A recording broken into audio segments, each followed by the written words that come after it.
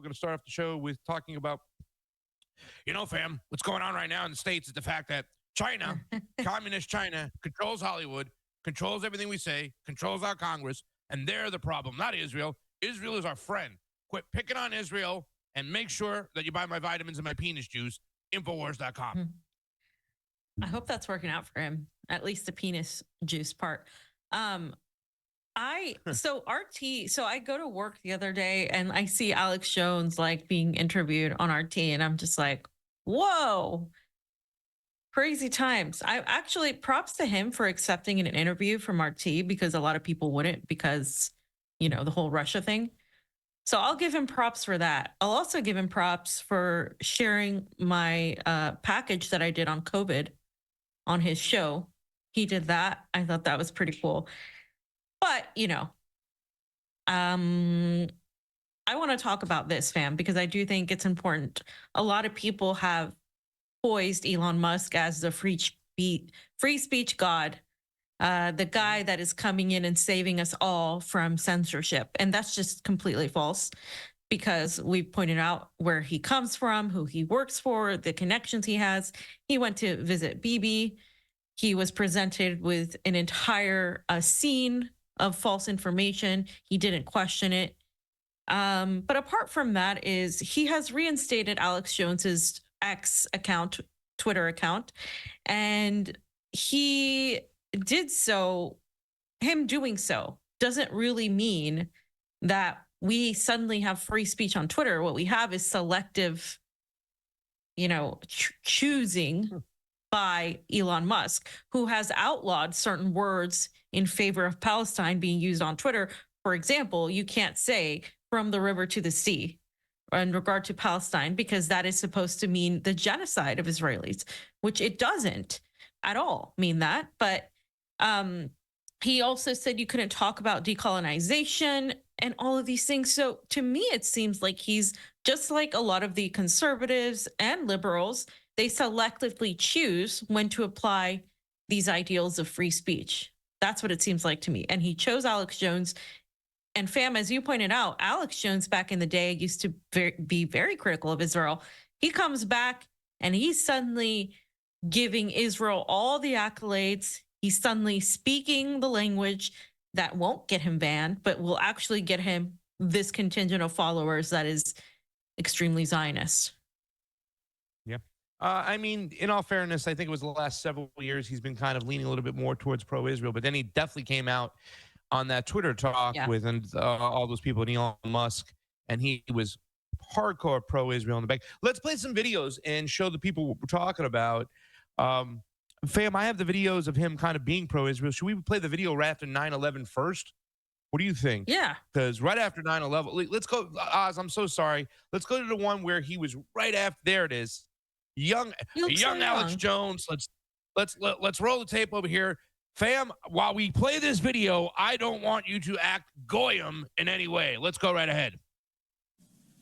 I don't support the Palestinians either. They're all hyped up and psychotic. But Israel's going to get us nuked, always backing them up like this. Israel calls the Palestinians goyim or cattle or dogs or subhuman. They keep them on concentration camps. I got video of them taking Palestinian women's tomatoes they grow and breaking their water containers and stealing. That's why you have this crap. And our children are going to die. We're going to get nuked because of this. Iran's got the nukes now. Syria. We're going to have nuclear war because Israel likes to go around bombing everybody. I'm sorry. It's just the facts. And Israel absolutely is beside itself with joy right now. They are talking about how they're going to blow everything up, how they're going to attack everybody, and guess who's going to get bombed because of it?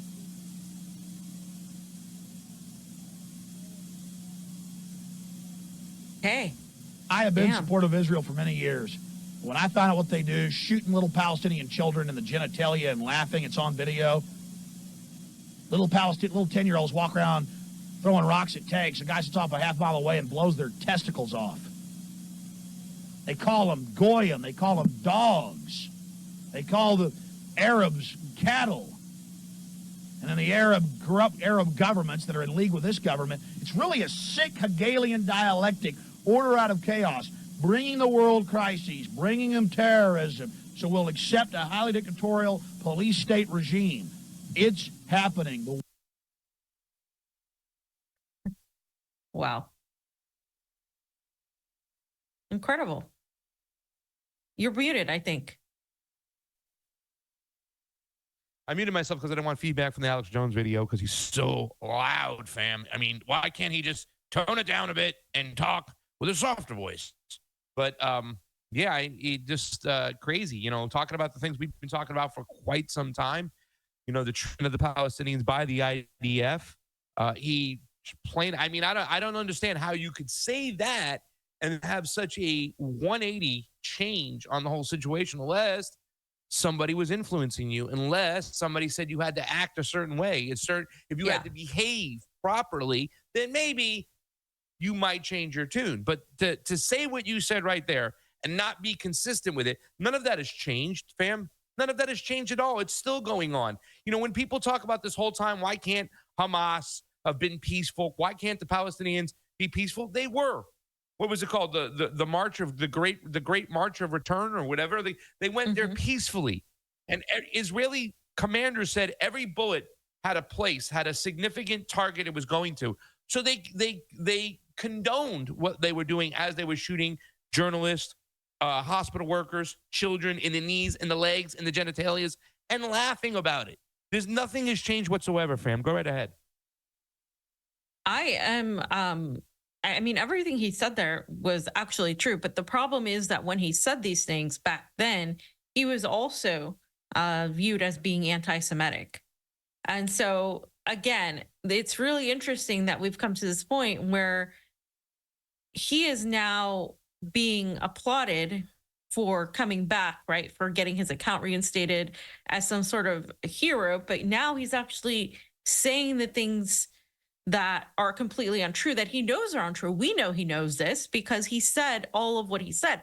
Everything he said is true about the treatment of Palestinians back then by Israelis. And the way he said it, though, was to, in a way, the way he talks, the way he conducts his show is to instill this very controversial sentiment on people, get people really riled up and have this controversial rhetoric. And so back then, the people that were catching onto it were very few and far between. If Alex Jones remained who he was today, that would actually show the more of a significant understanding. Like, this is what I was talking about, because a lot of people have said Alex Jones may be whatever, you know, he may be. People were really emotional about the Sandy Hook allegations. People were really upset with him over that. But they said at least he sees what's going on. Now, you know, you see him bowing down to Israel. Well, it shows the limitations of even people like Alex Jones. It shows that they are absolutely a limited hangout. And I think a lot of us knew this for a long time. But this is, again, the Zionism seems to be the strongest factor here, that really a lot of politicians and a lot of content creators can't go around because you get shut down. I just got a video removed from my other channel when I literally just interviewed Eva Bartlett on the 4 years she lived in Gaza, in between mostly Gaza and then a smaller portion in the West Bank. And she was just telling, you know, her stories that she has documented on her what used to be her blog. And she had videos and all of that. So the fact that I had a journalist that's been on the ground in Gaza was labeled misinformation, and I appealed it immediately, right? And it was taken down. So if you want to play on YouTube, if you want to do whatever it is, and you're you have a new channel, they're just going to take it down. So if there's any money to be made, if there's any sort of content to monetize, it's going to have to exclude the Israel situation. And that's what we're seeing here. And I think he just points to that fact, right? It's a big club, but this club, and when we talk about this, it's almost like we have to be careful, because again, the reason he was criticized was because he insinuated that, quote, Jews would take over the world, that sort of thing. And when you talk about Zionism, we're talking about Israel. We're talking about the state of Israel. We're not talking about Jews, but that's where people were angry at him. This is why people were angry at Kanye. So it's almost like all this censorship of what Israel's doing, of criticizing what Israel's doing, is actually all it does is create more anti-Semitism.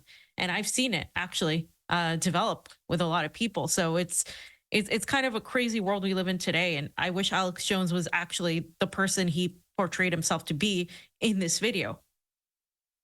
Well, I think we should go over and show people what we're talking about with him taking that 180 and being very pro-Israel now. And we'll do that. Yeah. But I just like to say that, this is a slippery slope. It is a very tricky situation. If you can see the frustration on my face and the anxiety, it is because like when you try to do your own thing, obviously I have my own new YouTube channel and I've gotten monetization, but for how long? What can I do? Or what can I say until they, literally pull the plug on me? And it's a very, agonizing thing. I understand why people leave and don't do this all the time, especially if you can't have monetization on YouTube. We haven't had it for 3 years now on YouTube, and it's just very, very, it's a scary situation because there's not a lot of money on Rumble. There's not a lot of money on Rokfin. It seems like it's a dying platform. Where do you go? I mean, the deep state and the government or the ruling class, whoever is pulling the strings, is making so that you can't speak out against their interests. And right now, it's obvious that their interest is to be pro-Zionist, right? And the fact that you can't even just speak about a person who lived there, who's actually recalling what Eva when she lived there without getting a spanking, it's gut wrenching. You know what I'm saying? I don't know, fam. I got my tie on. Maybe I can go back into the restaurant business and slang some steaks, make $300 a night, $400 a night, and not be worried about this demonetization thing. What do you think? Oh, I would take the prime rib over the filet mignon. I used to be a vegan myself, but when I had to break my veganism, I went with the prime rib over the filet mignon. And we have this beautiful mushroom Bordeaux sauce. Amazing. I would pair it up. My fam Fiorella, at least she loves the Napa cabs. Let me get you a good Napa cab and a blooming onion, and we'll roll with that, baby. What do you think?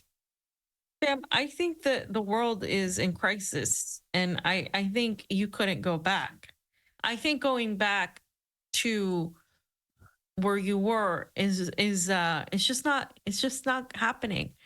I think there's been too much that has happened, especially in the last few months. I mean, we've had like a year of just rapid growth, right? In terms of, and rapid devastation. There's been a lot of people that have gained some knowledge, and there's also been a rude awakening into how awful the world is right now. I mean, there is a genocide happening, and everybody was wondering how the hell did 6 million Jewish people die, and everybody did nothing. Well, this is how. This is exactly how. I can tell you from, you'll see when you get back to the States, dude, everybody's still fucking asleep to it. Everybody's still oblivious to it. Yeah. Really, to tell you the truth, it's like, it hits me in my fucking stomach hearing some of these people talk about what's going on, the pettiness in their lives while, fucking Rome is burning around them, and children, little fucking babies, little children on a regular basis. I can't even fucking watch it anymore. Holy shit. I saw a video before I went on. I can't even watch it. And nobody gives a fuck. It's gross being out here. It is gross. They're worried about what's going on in their little communities, and literally your tax dollars are being used to bomb children. Did you see what happened in the UN the other day? How many countries, and then the veto power of the United States goes against to stop a ceasefire? America, again, stopping a ceasefire. But then they want to go out and act like, oh my God, Israel needs to act down and blah, blah, blah. And people, in their little tribal corners watching either Fox News literally go around saying that there's anti-Semitism happening on campus, whatever, and that people are calling for a genocide. And you ask them one time, not one single example or display of actual people calling for genocide. Just to every single way that when we got demonetized, where people like AOC were calling words violence and twisting things, right? Mm-hmm. You know, the same thing they're doing over here. So it's the left and the right. That is your country, ladies and gentlemen. That's what's going on. We are in a fucked up place. You can't give me one example of somebody calling for genocide. Oh, from the river to the sea, Palestine will be free. So now we can manipulate words. Now we can manipulate sentences. Now the English, just throw the English dictionary out, right? But you'll hear these idiots repeat it because they'll see it on Fox fucking News or they'll see it on MSNBC, Morning Joe. They're all there. Please, more censorship is ready to come. It's going to get worse before it gets better. And we are just in the thick of things. We're just, the eye is coming over us. We're in the eye, so it's a little calm right now. That's what this Alex Jones whole, freedom of speech, and all the libertarians licking the nuts of Javier Milei. Give me a break. Dude, he's sitting there seeing Zelensky. Zelensky's meeting with military contractors, with weapons manufacturers. Yep. He's taking pictures with weapons manufacturers. Bam. You'll see when you get back here. There's still zombie land walking around eating zombie pudding. Not looking forward to it at all. I do think that people feel it. I do think that it's almost a method of survival to ignore because we can ignore it. But there will come a time, and I had this discussion with people when we were at this meeting with a bunch of people who came to Russia from the West. They said, and they'll agree with it. The United States is unfortunately going to have to experience a downfall. Shit's going to have to hit the fan in a way that has never happened before. They will have to experience the fall of the United States and the people of the United States in order for them to understand what the rest of the world has been going through for a long time. That's not a wish that any of us have. That is the conclusion we have come to based on everything that has happened and that hasn't shaken people up, as you said, Pasta, where they're still, swallowing a lot of this propaganda. It's going to have to take something like that, unfortunately, a civil war, which is interesting. Granted, that Netflix movie that just came out, which we can talk about later. But fam, you mentioned where we're at right now. Well, where we're at right now makes it so people like Alex Jones literally become a shadow of the supposed anti-deep state figures they once were. So let's hear how he did a whole 180 on this recent talk he had. I've had the Islamicist groups, I've had the white supremacist, I've had the Hollywood crowd, I've had mainstream media bully me for 20 plus years that I've been on air with litmus test about, do I support Israel or don't I? And I've been very, very clear that I do support Israel. There's videos on YouTube that have been re-uploaded where I said that in 1997. What I wanted to say is this. I want to say this out in the open. I support the Jewish state of Israel. They have been in that land. That is their land. And then I would just get bullied online and by leftist publications going, Jones hates Muslims. Jones is a racist. Jones is probably on the payroll of Israel. Never been to Israel. And then I've got all these people bullying me constantly, saying I'm an Israeli agent when I have absolutely never been to Israel. And it was actually their bullying trying to make me be anti-Israel that made me study it more and become pro-Israel. So good luck with all of that bullying that's gone on. Accept our ideology or you're a Israeli shill. Accept our ideology. And all these groups want to bully you that we're going to call you this big power name. We're going to call you an Israeli shill that supposedly has all this power if you don't do what we want. Well, then I am an Israeli shill. There you go. It's not true, never been to Israel, but if it makes you feel powerful, if that takes your power word away, I'll do it. I'm sick of the bullying out there to get on some bandwagon against Israel. People are like, you Zionist filth. This is fake Zionist stuff. You're on the frickin' Zionist payroll. And I just want to say to you people, okay, I am. Okay, I'm on Zionist payroll. I'm just sick of everyone being obsessed over Israel and acting like they actually are the dominant factor. You look at the globalists and the Islamicists, They're the new game in town. They're the new boss. You know, move aside, Israel. I know you should talk about how powerful the Muslims were, and I didn't believe it, but behind the scenes, they run the Federal Reserve, you name it, they're really coming after us. Now, the communist Chinese basically run this country in the last 20 years until Trump showed up. And so the communist Chinese are being evicted. Quite frankly, I'm sick of the obsession with Israel. I mean, I just don't get how there's this right-wing thing, particularly on the fringe of the right wing, that just hates Israel and then just ascribes to it magical powers. And they just use Israel as a political football, like a voodoo doll that all the evil in the world's heaped on, while meanwhile the UN's running around colonizing countries all over for corporations, murdering entire villages on a daily basis. Just an excuse to point your finger all day long and say Israel's the problem if you fall on a damn banana peel. And I'm not here kissing the ass of Israel. Okay, and that if somebody falls on a banana peel, Jews did it. If somebody falls on a banana peel, a Jew did it.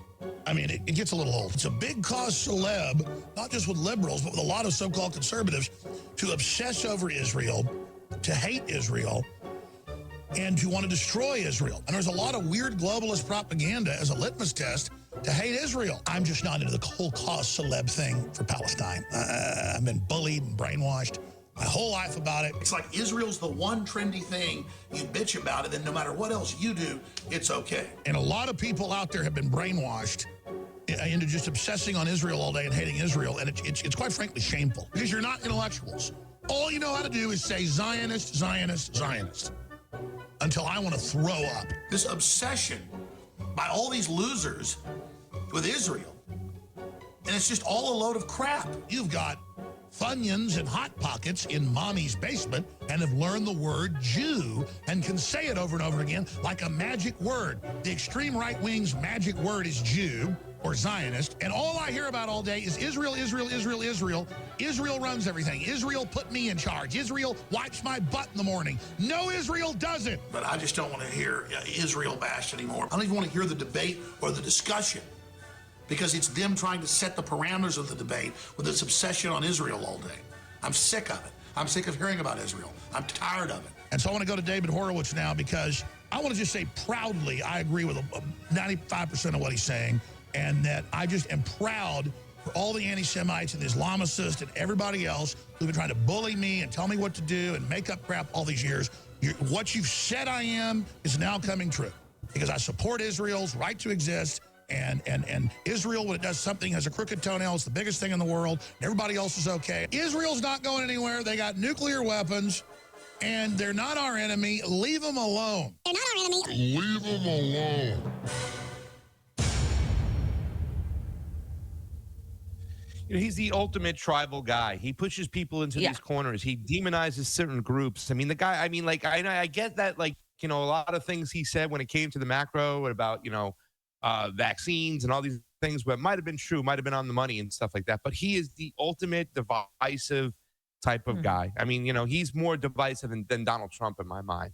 And I don't think Donald Trump is like uber divisive, but I think that you know, Alex Jones has always been, you gotta be anti-communist, whatnot. And it's just so, you know, Chinese Communist Party, the China Communist Party running everything, Islamicist. You know, I think that's the new thing too as well. Now it's Islamicist. Get Tulsi Gabbard in there to do her little finger wagging at the Islamicist on Fox News now on a regular basis. It's just kind of mentally ill at this point, fam. But yeah, I mean, I can go on and on about this. Yeah, we could go on here forever. I just want to say Alex Jones is the quintessential sort of, I mean, not just a limited hangout, but he's like a psyop of a psyop. Like, he represents what people are supposed to, who are anti-establishment and anti-globalists, supposed to go and agree with. However, it's like how I felt about Kennedy. There's that caveat. Oh, we're going to be pro-Israel though. And that in essence is dividing actually the independent and the right-leaning, maybe socially conservative factions that question the COVID narrative, that question a lot of things, question 9/11. He's dividing those factions toward the establishment, because you cannot be the anti-globalist and pro-Israel. Literally, the Israeli intelligence are part of the globalists. So they're trying to create this new sectarian, group where they are pushing these people that began to question all of these narratives right back into the establishment. They're doing it with people like Alex Jones. They're doing it with people like Bobby Kennedy. And they're doing it with people like Tulsi. They're getting all of these people that are so-called independent thinkers and anti-globalists and blah, blah, blah. And they're taking that away and pushing them back into the establishment the same way they did with the left and Bernie Sanders, where Bernie Sanders was supposed to be this anti-establishment progressive. So was the Squad. And then they start with the bullshit of the social, fake symbolic neoliberal gestures when they try to turn people on these issues and fight with the right. And so all you do is you end up with the same thing that you started criticizing. It's just sort of rebranded. And that's the Alex Jones job. That's his job now, is to grab these people. And you'll find the same thing on the leftish, I mean, they're not really left, but you know what I mean, the leftish spear. And that's why you have all of these podcasters too going out and doing whatever Israel tells, not even Israel, but whatever what YouTube, Google, whatever tells them to do, and defending Israel. There's no defense of what Israel's doing. And if anybody's clearly obsessed with Israel, it's Alex Jones, because he won't stop talking about it.